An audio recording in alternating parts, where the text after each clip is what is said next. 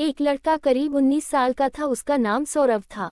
बहुत ही ज्यादा चंचल, थोड़ा होशियार, पढ़ने लिखने में माहिर लड़का था। वह अपनी पढ़ाई गांव से दूर रहकर एक शहर में पढ़ाई करता था। सौरभ के कॉलेज में गर्मियों की छुट्टी तथा होली की त्योहार के कारण उनके कॉलेज में छुट्टी होने वाले थे। वह कोलकाता शहर से अपना घर झारखंड के रांची जिला में आने वाला था। सौरभ का घर रांची जिला में ही स्थित था। कॉलेज छुट्टी होते ही सभी लड़के अपने अपने घर की तरफ ट्रेन पकड़कर निकल चले थे। फिर उन्हीं में से सौरभ भी अपने घर की तरफ जाने के लिए टिकट काउंटर पर अपना टिकट कटाने के लिए गया था। जैसे ही टिकट काउंटर पर गया था, वहां बहुत ज्यादा भीड़ लगी हुई थी। लेकिन दूसरी तरफ टिकट काउंटर के दूसरी लाइन में लेडीज मतलब कि महिला लोगों की लाइन लगी हुई थी। ट्रेन बहुत जल्द ही आने वाली थी, जिसका हमसे सौरभ को भी जल्दी में टिकट कटाने की जरूरत थी है। वह जब टिकट काउंटर पर गया तो देखा कि बहुत ज्यादा भीड़ होने के कारण वह बहुत पीछे लाइन में लग गया था। सौरभ को लग रहा था कि अब टिकट मिलना मुश्किल ही नहीं नामुमकिन है, क्योंकि ट्रेन आने में मात्र 10 मिनट ही बाकी थे और करीब 100 लोगों की लंबी लाइन लगी हुई थी टिकट काउंटर में। वह जल्दीबाजी में टिकट कटाने के लिए कोई तरकीब सोच ही रहा था कि उसे एक लड़की दिखाई दिया। वह लड़की भी ना टिकट लेने के लिए महिला वाली टिकट काउंटर वाली लाइन में लगी हुई थी।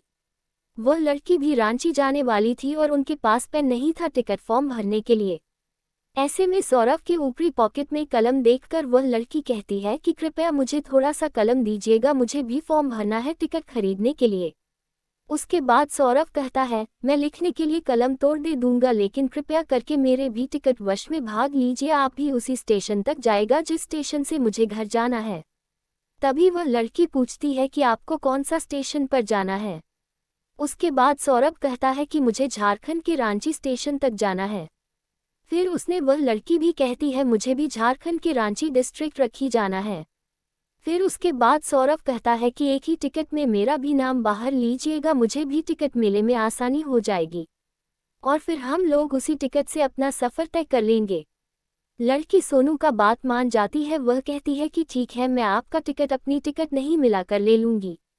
फिर सौरभ अपने पॉकेट से पैसे निकलता है। उस लड़की को देखा है ताकि वह टिकट उसके बदले भी कटाते हैं।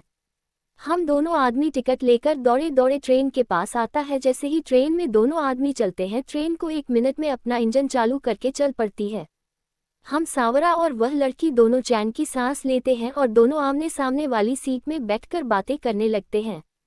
हावड़ा स्टेशन से रांची स्टेशन जाने के लिए करीब करीब 8 से 9 घंटे लगते हैं और वह भी यह सफ़र रात का सफ़र होता है। वही वहाँ से ट्रेन है, रात में ही चलती है। ऐसे में दोनों को बातचीत करने के लिए मौका मिल जाता है। दोनों अपनी अपनी सीट पर बैठकर दोनों एक दूसरे से बातचीत करना शुरू कर देते हैं। गाड़ी चलते ही थोड़ी देर होने के बाद वह लड़की कहती है कि मुझे खाना खाना है, मुझे भूख लगी है। तभी सारा कहता है जी ठीक है, आप खा लीजिए, मैं बाद में खा लूँगा, मुझे अभी भूख नहीं लगी है। इतना सुनते ही वह लड़की भी कहती है कि जब आप खाएगा तो ही मैं खाऊंगी। कभी सौरभ पूछता है क्या ऐसी क्या बात है कि जब भी मैं खा लूँगा तू ही तुम खाएगी ही। तभी वह लड़की कहती है कि हम दोनों साथ में जा रहे हैं, मैं अकेले खाऊंगी मुझे अच्छा नहीं लगेगा, इस कारण से मैं जब आप खाएगा तू ही नहीं खाऊंगी। दोनों में बातचीत शुरू हो जाती है और उस लड़की का नाम पूछता है। वह लड़की अपना नाम शोभा बताते हैं। तभी वह लड़की कहती है कि मुझे तो आपका नाम पहले से ही पता है। उसके बाद सौरभ कहता है कि आपको मेरा नाम कैसे पता चला है। तुम्ही शोभा कहती है कि आपने अपना नाम और उम्र टिकट बनाते समय बताया था और वह टिकट अभी भी मेरे पास ही है, इसी कारण से मुझे आपका नाम पता है। अभी सौरभ कहते हैं कि मुझे तो ये पता भी नहीं है, आपको मेरा नाम भी पता होगा। मुझे तो याद भी नहीं है कि मैं अपना नाम आपको कभी बताया भी होगा। तभी वह लड़की कहती है कि आपने तो बताया था, मुझे अभी भी जानती है। रात बहुत ज़्यादा हो जाता है, दोनों अपनी अपनी सीट पर सो जाते हैं। सुबह के 3 बजे नींद टूटती है दोनों का। उसके बाद दोनों अपना अपना पानी की बोतल से अपना सामान होता है और फिर दोनों एक दूसरे से बातचीत करना शुरू कर देते हैं।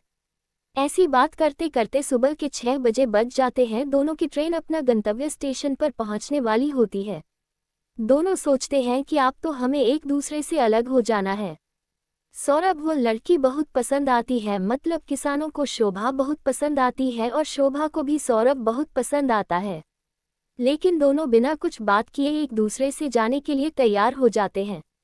जैसे ही ट्रेन रुकने वाली होती है वैसे ही लड़की मतलब कि शोभा और सौरभ दोनों अपना अपना भगत का सामान उठाते हैं, अपने घर की तरफ चल देते हैं।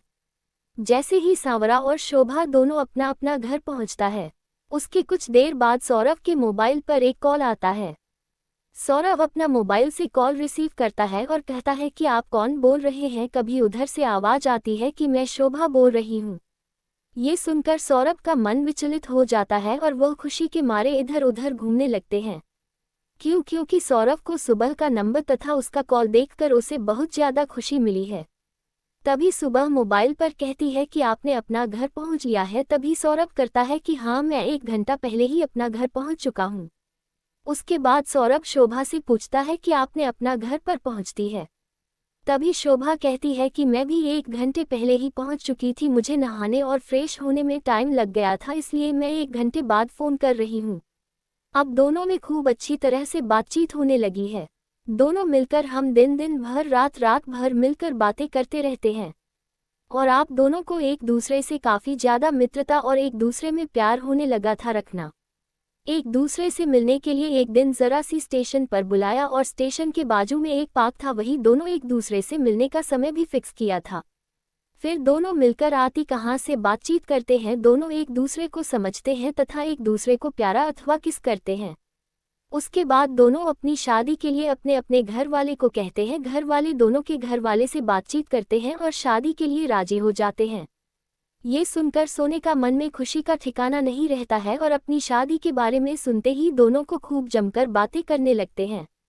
उसके कुछ ही देर बाद दोनों की शादी हो जाती है और फिर दोनों एक दूसरे के साथ उसी तरह सेवा से एक परिवार के साथ रहने लगते हैं।